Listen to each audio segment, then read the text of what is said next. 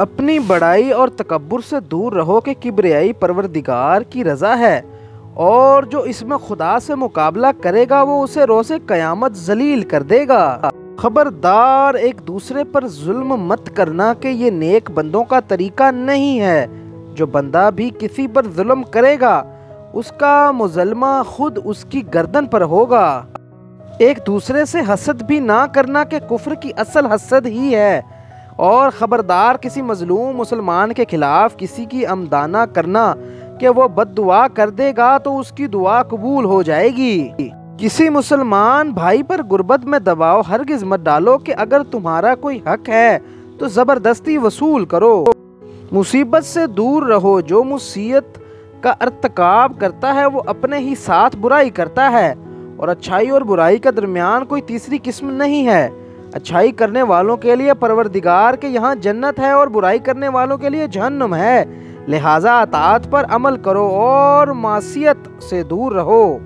याद रखो, अल्लाह सुब्हाना व तआला से कोई भी शय बेनियाज नहीं बना सकती है, ना मुल्क मुकर्रब और ना नबी मरसल, ना कोई और। जो बंदा चाहता है कि शिफात करने वालों की शिफात से फ़ायदा उठाए, उसका फ़र्ज़ है कि रज़ाए खुदा को तलब करे। अल्लाह सुब्हाना व तआला से आफ़ियत का सवाल करो और उसी को तलाश करते रहो, और कोई क़ुव्वत व ताकत इसके अलावा नहीं है। अपने नफ्स की बलाओं के बर्दाश्त करने पर आमादा करो।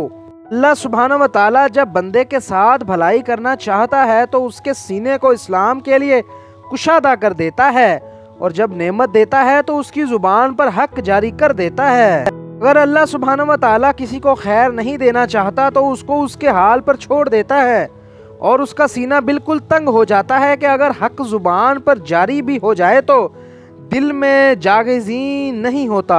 अल्लाह सुब्हाना व तआला से डरो और दुआ करो कि तुम्हारे दिलों को इस्लाम के लिए कुशादा कर दे और तुम्हारी ज़ुबानों को हक के साथ गोया बना दे, ताकि उसी हाल में दुनिया से जाओ और तुम्हारी बाज गश्त नेक बंदों की जैसी हो।